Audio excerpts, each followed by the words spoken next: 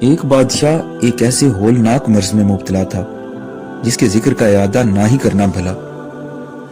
سب یونانی طبیب مل جل کر اس فیصلے پر پہنچے کہ اس مرض کا علاج سوائے اس کے اور کچھ نہیں کہ بادشاہ اس آدمی کا پتا کھائے جس میں چند خاص صفات ہوں۔ بادشاہ نے ان چند خاص صفات کے حامل شخص کو تلاش کرنے کا حکم دیا۔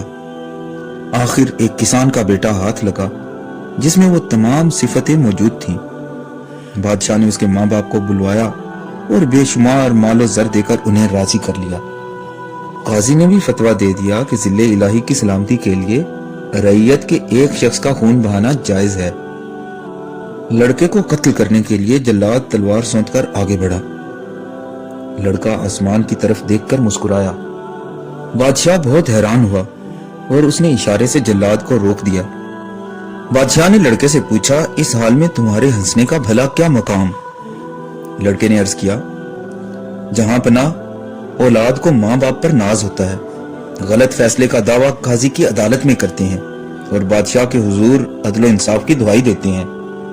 میرے والدین دنیاوی ایندھن کے لالچ میں میرے قتل پر راضی ہو گئے۔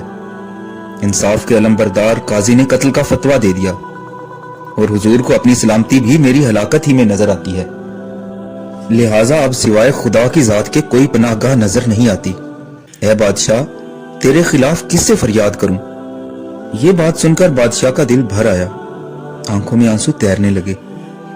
کہنے لگا کہ ایک بے گناہ اور معصوم کا خون بہانے سے تو میرا ہی مر جانا بہتر ہے۔ لڑکے کو پیار سے گلے لگایا، اس کے سر اور آنکھوں کو چوما اور بے شمار انعام و اکرام دے کر رخصت کر دیا۔ کہتے ہیں اس کے بعد جلد ہی بادشاہ بھی اس موذی مرض سے شفا یاب ہو گیا۔ سچ کہتے ہیں، کرو مہربانی تم اہل زمیں پر، خدا مہرباں ہوگا عرش بری پر۔